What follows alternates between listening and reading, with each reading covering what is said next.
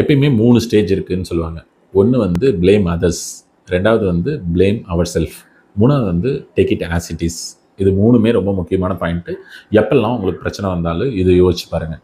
நம்ம நார்மலான மனிதர்கள் என்ன பண்ணுவோம்னா, ஒரு பிரச்சனை நடக்குதுன்னா, அவன் தான் காரணம், அவன் பண்ணது தான் தப்பு, இவன் இப்படி பண்ணிட்டான், அதனால தான் இது சரியா நடக்கல அப்படிங்கிற ஃபர்ஸ்ட் ஸ்டேஜ்லயே நின்னுக்குவோம். நம்ம ரொம்ப தூரம் போக வேண்டியதா இருக்கும். செகண்ட் ஸ்டேஜில் சில பேர் மட்டும் இருப்பாங்க. என்ன பண்ணுவாங்கன்னா, எந்த பிரச்சனை நடந்தாலும், இல்ல நான் என்ன பண்ணியிருந்திருக்கலாம், நான் என்ன சரி பண்ணியிருந்திருந்தா இந்த பிரச்சனை நடக்காம இருந்திருக்கும் அப்படின்னு அவங்கள வச்சு அதை யோசிப்பாங்க. அவங்க பாதி தூரம் வந்துட்டாங்கன்னு அர்த்தம். Third stage take it as it is அப்படின்னா என்ன அர்த்தம்னா, எது நடந்ததோ அது நன்றாகவே நடந்தது. நம்ம பகவத்கீதை இதில் எல்லாம் சொல்கிற மாதிரி, கடவுள் என்ன டிசைன் பண்ணியிருக்கிறாரு, கடவுள் எதை வந்து செய்யணும்னு நினச்சாரோ அதைத்தான் செஞ்சார், அது நேச்சுரலாக தான் நடந்தது அப்படின்னு ஏற்றுக்கிற பக்குவம்.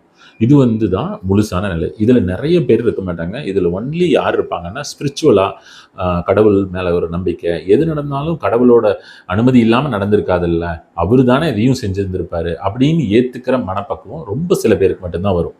இப்போ எக்ஸாம்பிள் பார்க்கலாம். எக்ஸாம்பிளுக்கு உங்கள் ஆஃபீஸில் வந்து ஒரு அக்கௌண்ட்ஸ் வந்து சரியாக எழுதாமல் விட்டுட்டாங்க அப்படிங்கிற மாதிரி இருக்குதுன்னா, உடனே ஆஸ் அ ஓனராக நம்ம என்ன பண்ணுவோம்னா, ஏன் அக்கௌண்ட்ஸ் ஒழுங்காக எழுதலை, ஏன் ஒரு இன்வாய்ஸ் கூட சரியாக போடல, ஏன் பேமெண்ட் ஒழுங்காக அனுப்பலை, இப்படின்னே தான் பேசிகிட்டு இருப்போம். இது எல்லாமே ஃபஸ்ட்டு ஸ்டேஜ், ப்ளேம் அதர்ஸ். நீங்கள் ஏன் சரியாக செய்யலை அப்படின்னே கேட்டுட்டு இருக்கிறது. செகண்ட் ஸ்டேஜ் நம்ம எப்படி செகண்ட் ஸ்டேஜில் வந்து யோசிச்சு பார்த்தீங்கன்னா, ப்ளேம் அவர் செல்ஃப். இந்த விஷயத்தை எப்படி செய்யணும்னு நம்ம சொல்லி கொடுத்துருக்குறோமா, எப்படி அதை ஆடிட் பண்ணணும்னு நம்ம மேனேஜர்ஸை வச்சு ஆடிட் பண்ணியிருக்கிறோமா, இந்த விஷயம் நடந்துச்சுன்னா அடுத்த தடவை நடக்காமல் இருக்கிறதுக்கு நாம் என்ன முயற்சி பண்ணியிருக்கிறோம், இந்த விஷயத்தை நாம் செஞ்சுருந்தோம்னா எப்படி செஞ்சுருந்துருப்போம்னு அவங்களுக்கு ட்ரைனிங் கொடுத்துருக்குறோமா. இது செகண்ட் ஸ்டேஜ்.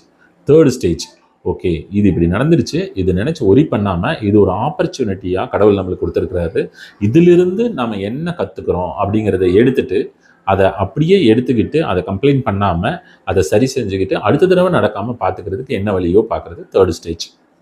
தேங்க்யூ.